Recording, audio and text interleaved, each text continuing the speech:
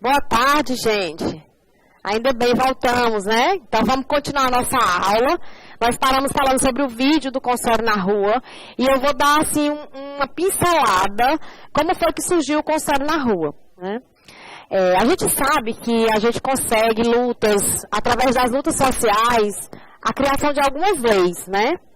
E nós temos aqui, que eu trouxe para vocês, o decreto 7053 de 2009, que ele cria a Política Nacional para a População em Situação de Rua. A criação dessa política, ela deu um pontapé para a criação de outras estratégias ou políticas para atendimento da população em situação de rua. A primeira, nós temos a garantia, ou seja, a criação do Consultório na Rua pela portaria 2488 de 2011. Essa portaria, ela fala sobre a atenção básica, é a Política Nacional de Atenção Básica do SUS. E o Consultório na Rua está citado como uma das estratégias, né, dentro da Política Nacional de Atenção Básica. Com o surgimento da política da atenção básica, surgiram mais duas portarias, que é a 122 e a 123, também de 2011. A 122, ela fala da organização e do funcionamento do consultório na rua. E a 123, ela fala sobre quantas equipes de consultório na rua vai ter por cada município, né, dependendo da população. E outra portaria muito interessante da criação desse atendimento voltado para a população em situação de rua é a portaria 1029. O que a portaria 1029 traz? Ela divide as equipes de consultório na rua em equipe tipo 1, equipe tipo 2 e equipe tipo 3. David, eu vou aqui para o quadro agora, David. A equipe de consultório na rua tipo 1, ela possui 4 profissionais, 2 de nível superior e 2 de nível médio. Esse 2 de nível superior pode ser um assistente social, um psicólogo ou um terapeuta ocupacional e 2 agentes sociais, que são os 2 profissionais de nível médio. A equipe de consultório na rua tipo 2, ela possui 6 profissionais, 3 de nível superior e 3 de nível médio, que pode ser um assistente social, um psicólogo, um enfermeiro. Qual é a equipe que tem 6 profissionais? Teresina. São 6 profissionais, 3 de nível superior e 3 de nível médio. Então, qual é o tipo de equipe que nós temos aqui em Teresina? Equipe tipo 2. E a equipe tipo 3 é essa que tem 6 profissionais, mais o profissional médico, tá, gente? Coloquem aí para vocês entenderem. Então, qual é a portaria que traz essa divisão do consultório na rua, né? Que fala sobre a equipe tipo 1, a equipe tipo 2 e a equipe tipo 3. É a portaria 1029 de 2014. Outra coisa interessante que foi falada no vídeo é sobre a garantia do atendimento à população em situação de rua.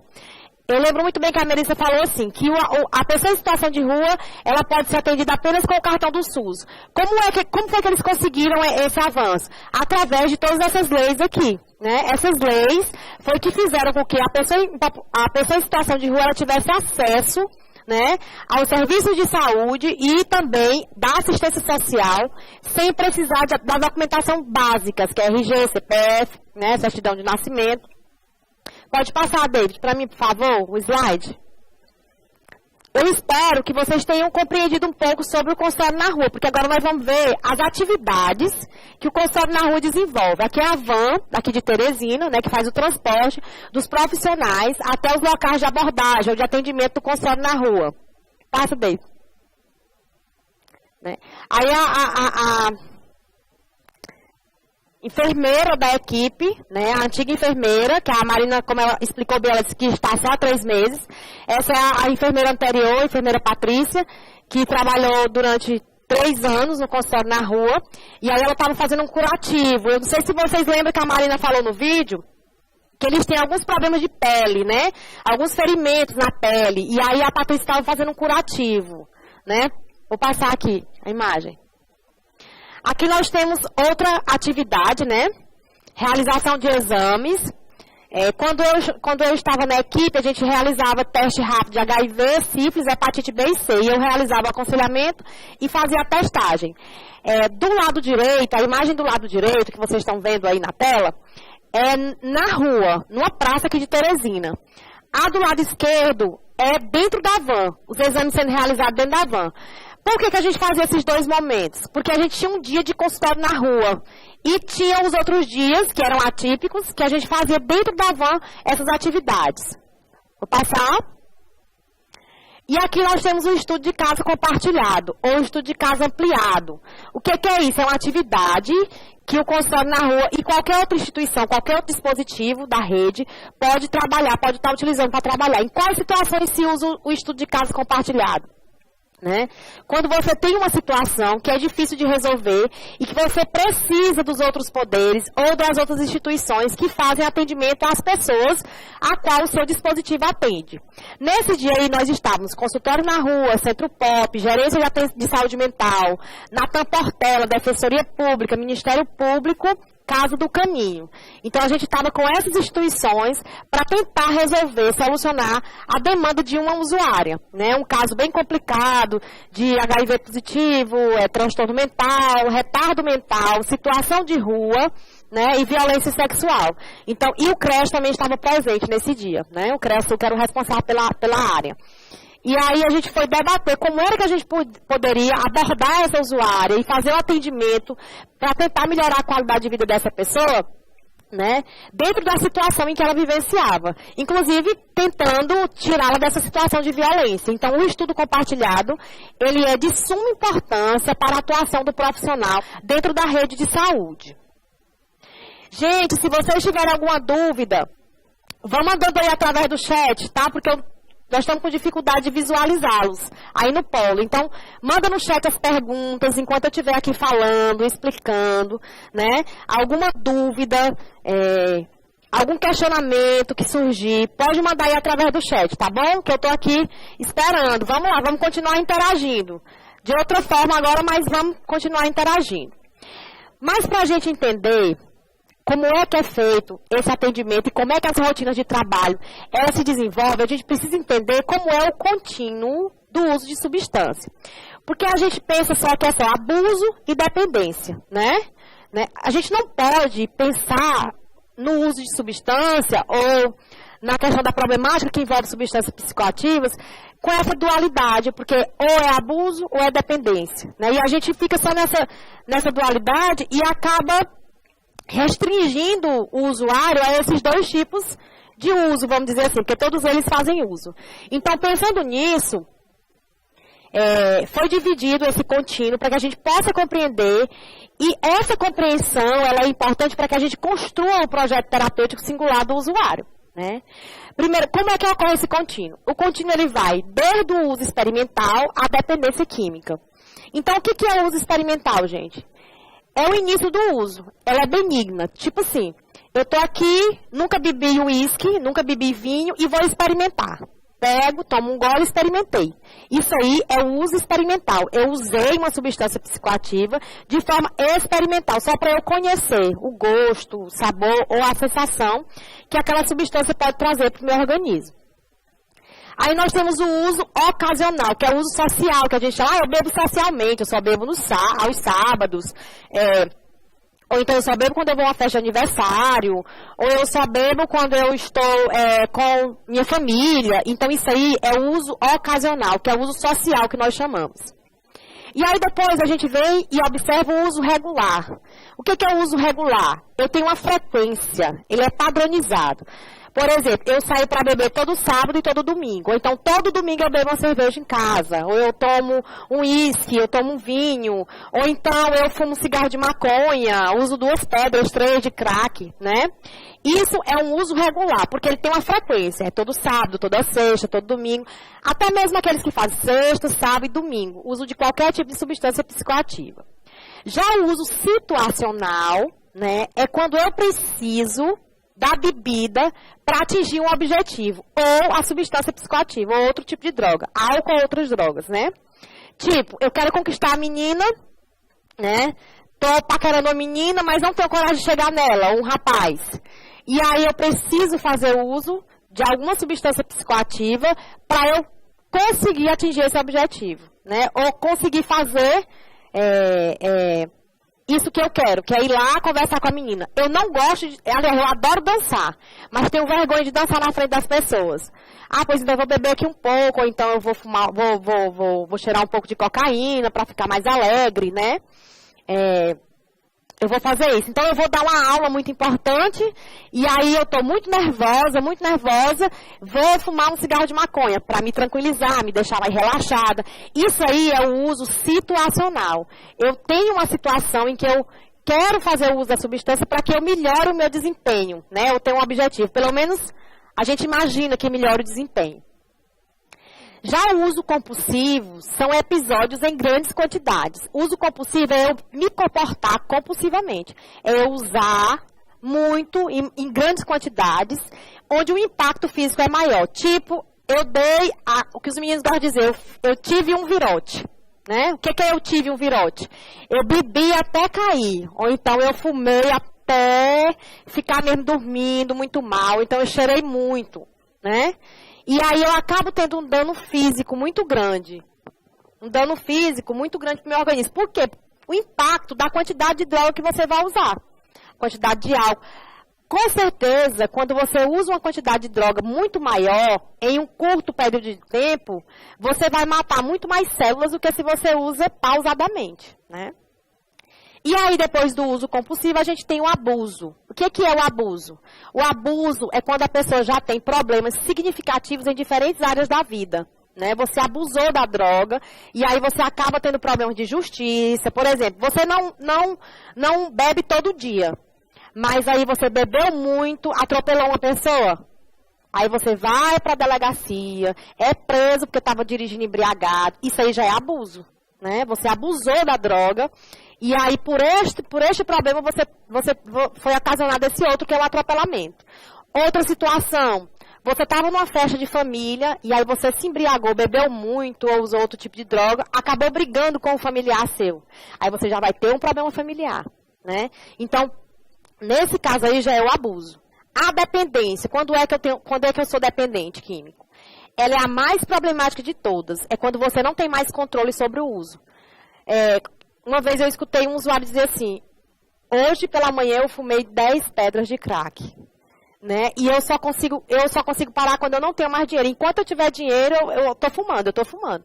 Isso é um uso dependente. Ou então quando você deixa de trabalhar, deixa de frequentar a casa dos seus familiares, não se relaciona mais socialmente com ninguém, nem na família, o trabalho já não produz tanto. Então, nesse caso aí, você deixa de fazer as coisas para usar droga, isso aí já é tido como dependência química, tá certo? Alguma pergunta, gente, em relação a isso? Pode mandar a pergunta no chat, tá certo?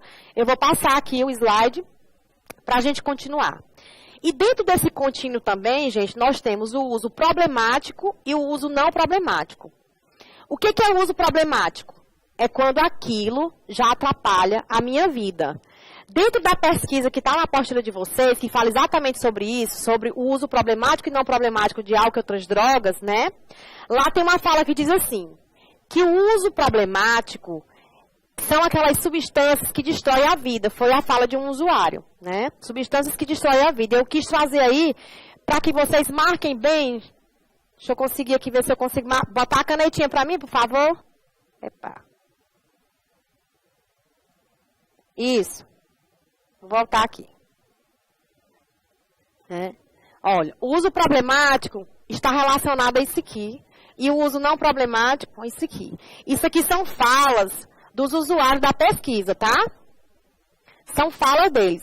Eles relatam que o uso problemático são substâncias que destroem a vida. Por que eles falam como substância que destrói a vida? Porque lá dentro da pesquisa, né, quem tiver a oportunidade depois de dar uma olhada, eu não pude colocar ela na íntegra, porque ela ainda não foi publicada. Então, como não foi publicada, a gente não pode colocar na íntegra, mas eu coloquei o resumo. Mas, posteriormente, quando ela for publicada, vocês vão poder ter acesso a essa pesquisa e dar uma lida. Lá dentro da pesquisa, ele diz o seguinte, que o problema que eles tiveram é o quê? Rompimento de vínculos familiares, afastamento do trabalho, perda financeira, perda social, né? Isolamento social. Então, essas questões eles relataram como destrutivas. Então, se liga ao uso problemático. Já aquelas pessoas que fazem uso não problemático, eles relatam que as substâncias são aquelas que dão prazer, que dão tranquilidade à vida deles. Por que é relatado como uso não problemático? São aquelas pessoas que fazem uso de cocaína, de maconha, de crack, de álcool e de outras substâncias, né? E que mesmo assim, fazendo uso dessa substância, eles continuam trabalhando, estudando, tendo relações familiares, interpessoais, sem atrapalhar nenhuma área da vida dessas pessoas. Então, o contínuo do uso é isso, que vai desde o uso experimental até a dependência e que perpassa também as duas formas de problemático e não problemático. Por que isso é importante? Para a gente construir um projeto terapêutico singular, eu tenho que saber qual é o contínuo do uso do usuário que vem buscar o serviço. Ele faz uso experimental, ele faz uso compulsivo, ele faz uso circunstancial ou ocasional, ele já é dependente, ele abusa das drogas, o que é que ele faz? Para eu poder ofertar as atividades ou os atendimentos dentro do serviço, eu preciso saber que tipo de relação ele tem com a droga. Se é problemático, se é não problemático. Por isso que eu coloquei aqui, que é para a gente poder visualizar, porque a gente tinha uma atividade para fazer, que era exatamente isso, construção do projeto de intervenção dentro do estudo de caso que a gente vai fazer. Ai, meu Deus, cadê? Pronto. E aí, dentro dessas categorias do contínuo do uso de substâncias psicoativas, a gente vai ver esses dois modelos que eu falei para vocês anteriormente. O modelo asilar e o modelo psicossocial. O modelo asilar, gente, ele traz uma coisa muito importante. O foco deles é no medicamento, não é no indivíduo. Né? Por que isso é importante? Para a gente perceber a diferença entre os dois modelos, entre o asilar e o psicossocial. A intervenção lá no modelo asilar é centrada só no indivíduo, ou seja, a família do indivíduo não faz parte e nem a sociedade. Pelo contrário, eles utilizam do isolamento familiar e social. Quando você ia para o modelo asilar, por exemplo, um usuário ou uma pessoa com transtorno mental, que precisava de uma internação, ela ia para lá, a família não poderia participar desse tratamento. Nem a família e nem a comunidade. A pessoa ficava trancada, a estrutura era fechada, né? Ainda nos locais onde tem hospital psiquiátrico, a estrutura é muito fechada. As pessoas não têm livre acesso de entrada e saída dentro da instituição, né? Ficava fechado por um período, né, até a pessoa conseguir sair. E muitas vezes a pessoa nem saía, ficava lá direto. Quantas e quantas pessoas a gente tem que foram deixadas em hospitais psiquiátricos e que passaram 20 anos, 25 anos dentro de hospital psiquiátrico, né? O indivíduo ele é visto como uma doença e não participa do tratamento. Ele não diz nada, ele não tem opinião, não tem voz, não tem vez dentro do tratamento do modelo asilar. Já no tratamento do modelo psicossocial, né, a gente pode perceber aqui algumas diferenças. A atenção, ela sai do medicamento e passa a ser o quê? O sofrimento psíquico com ênfase na reinserção social. O que é reinserção social? É aquele indivíduo, devido àquele momento de crise que ele está passando, ele sai, né, da sua vida comunitária, da sua vida social. E qual é o planejamento do modelo psicossocial? É exatamente trazer esse indivíduo novamente para o seio social, para a reinserção social. Ele pode até sair por um tempo enquanto ele está em crise, mas depois ele vai ser incluído novamente na sociedade. E os trabalhos, eles não se voltam só para a doença ou para o indivíduo, eles se voltam para a família e para a sociedade, né? Mudança de tratamento, não é mais só a pessoa ou só a doença, né? A família, ela entra como parte também, e também a sociedade. O indivíduo, ele pertence a um grupo familiar e social, dentro do modelo psicossocial.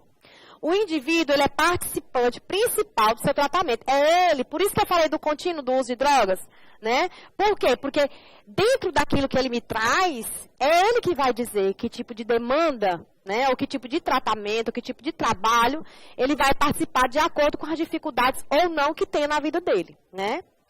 Outra coisa importante, eu acabei de falar que no modelo asilar, o usuário ele ficava fechado, né? Não entrava família, não entrava ninguém, e também ele não podia circular dentro da instituição. Já hoje em dia, com o modelo psicossocial, o usuário ele tem acesso, né? O serviço é o ponto de fala e de escuta dos usuários. Ele tem livre trânsito, eles podem andar, né, entrar e sair dentro da instituição, tá certo? Essas duas diferenças. Então, quais são os dispositivos que a gente tem aqui na nossa rede que faz atendimento a usuários de álcool e outras drogas? Nós temos o CAPS-AD, que é o Centro de Atenção Psicossocial, Álcool e Outras Drogas, né? Aqui em Teresina nós temos um CAPS-AD, mas no Piauí nós temos vários CAPS-ADs, tá certo? Nós temos o Consultório na Rua, que é uma instituição que faz atendimento e abordagem às pessoas em situação de rua. Como vocês viram no vídeo, a agente social falou que eles trabalham com foco na redução de danos. Nós temos a UA, que é a Unidade de Acolhimento, e aqui em Teresina nós temos a UAI, que é a Unidade de Acolhimento Infanto-Juvenil, que faz atendimento de crianças e adolescentes a partir dos 10 anos, dos 10 aos 18 anos. E nós temos as comunidades terapêuticas, né? E o Ministério da Saúde recomenda que a oferta de atendimento aconteça em todos os níveis de atenção, desde a promoção, né, até o cuidado maior, que é a área de urgência e emergência, ou as especialidades dentro da saúde. Né? Nós temos a atenção primária, que são as UBSs, nós temos os CAPs, nós temos o NASF, consultório na rua, ambulatórios especializados e hospitais de urgências e hospitais especializados. Então, as pessoas que fazem uso de álcool e outras drogas, ela tem livre, né, acesso a essas instituições, assim como qualquer outra pessoa. Né? Qualquer um de nós que somos brasileiros, a gente tem livre acesso, ou seja, direito ao acesso a qualquer instituição de saúde. Ok? Alguma pergunta, gente? Alguma pergunta? Podem enviar aí para o chat. Não? Nenhuma pergunta? Posso continuar? Pois vamos lá. Por que tudo isso acontece? Né? A gente pode se perguntar. Por que a gente precisa entender sobre o contínuo do uso de álcool e outras drogas? Por que a gente precisa entender sobre o uso problemático e não problemático? Por que a gente precisa entender quais são as instituições que fazem atendimento a esse público? Porque a gente trabalha na linha de cuidado. Quando a gente fala de linha de cuidado, a gente fala de humanização. Fala de uma coisa bem maior do que só atender e dizer assim, pois você vai fazer isso aqui. Você não quer esse tratamento, pois você vai fazer isso aqui. Ofertar o que tem. É o cuidado mesmo enquanto ser humano. A gente precisa olhar para as pessoas como pessoas.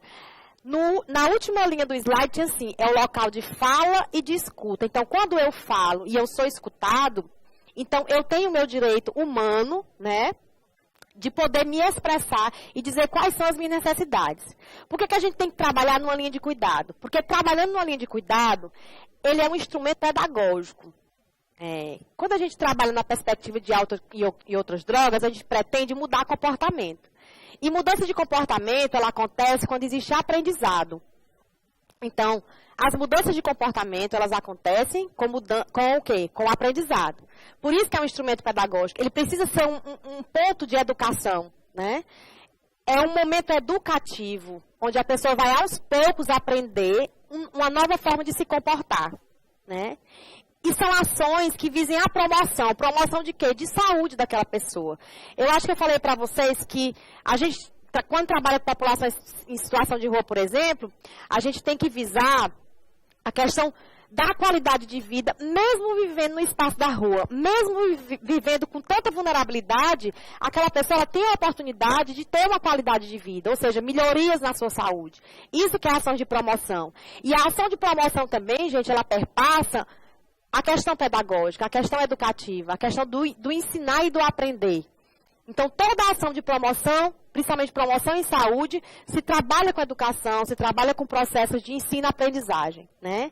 E aí a gente também trabalha na linha de prevenção. Por exemplo, quando você vacina as pessoas, né? Quando você vacina as pessoas para prevenir contra algumas doenças, isso também é linha de cuidado. Então, todas as linhas de cuidados do SUS, as pessoas que fazem uso de álcool e outras drogas, ela tem direito ao acesso. A outra, atuação na perspectiva de rede de atenção à saúde. O que é isso? Eu vou para o CAPS-AD, mas eu estou precisando fazer um tratamento no meu dente.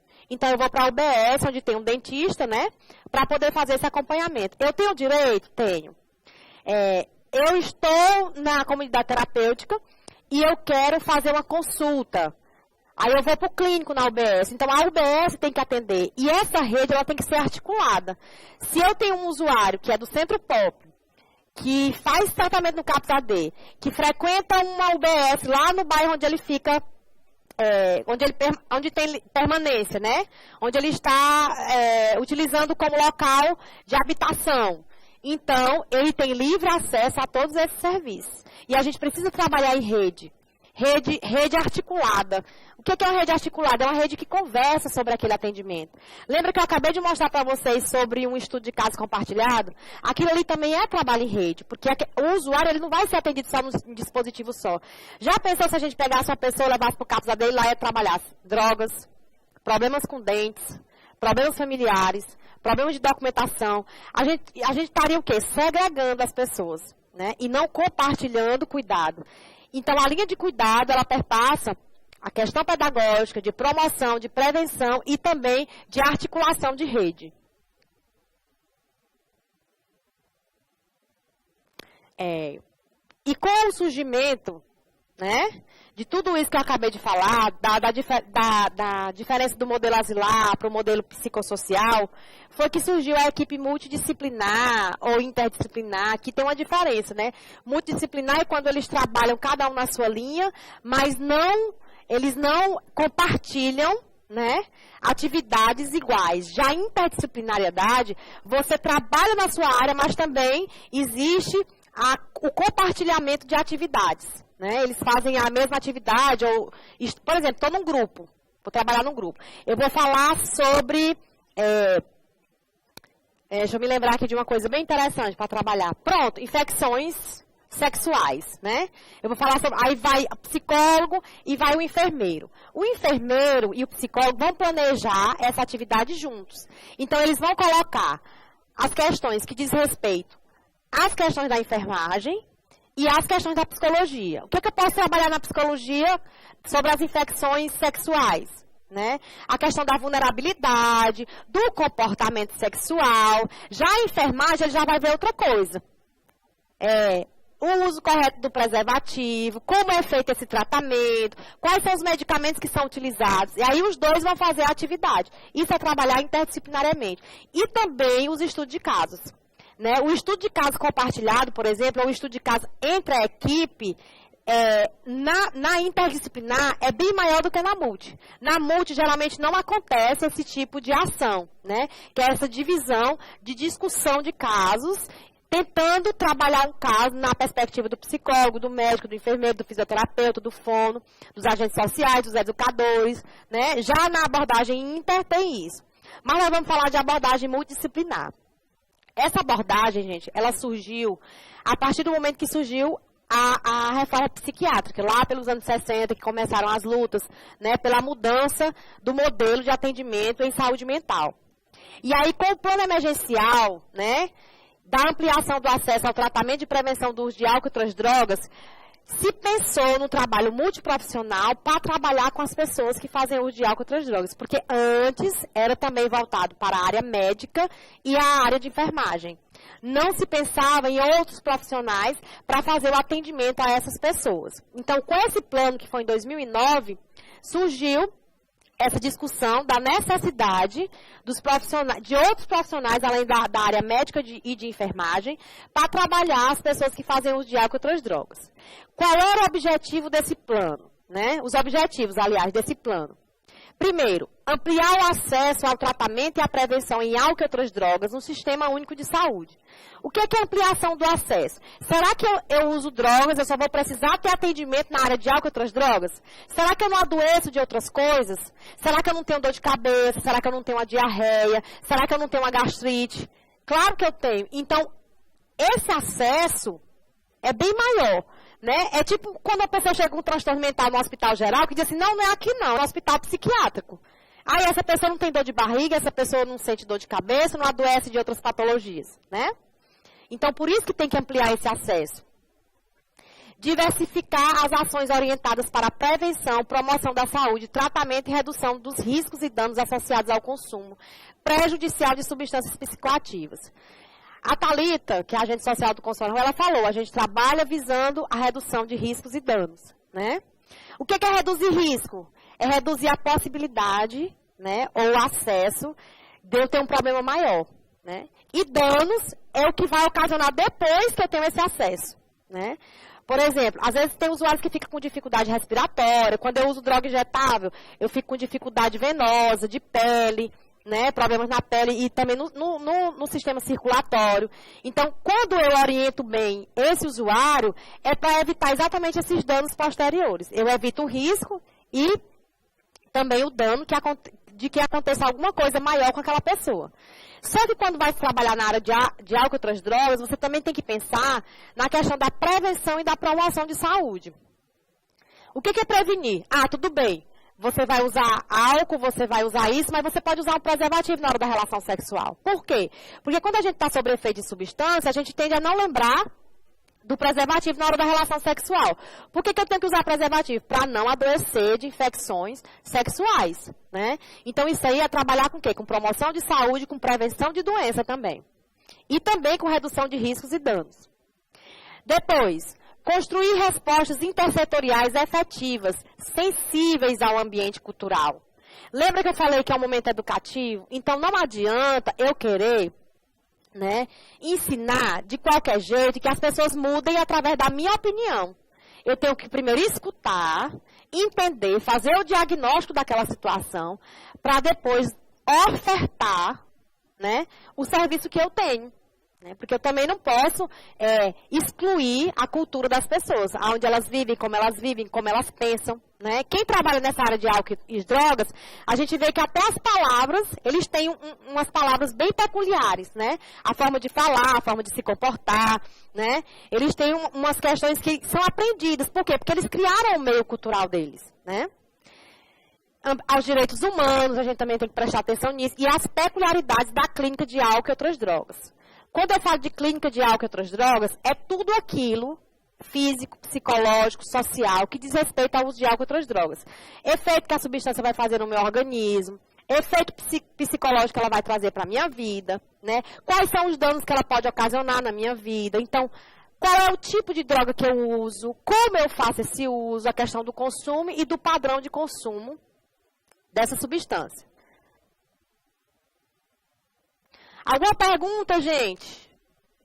Alguma pergunta? Estão tão caladinhos, não estou gostando disso, não. Vamos mandar aí no chat as perguntas.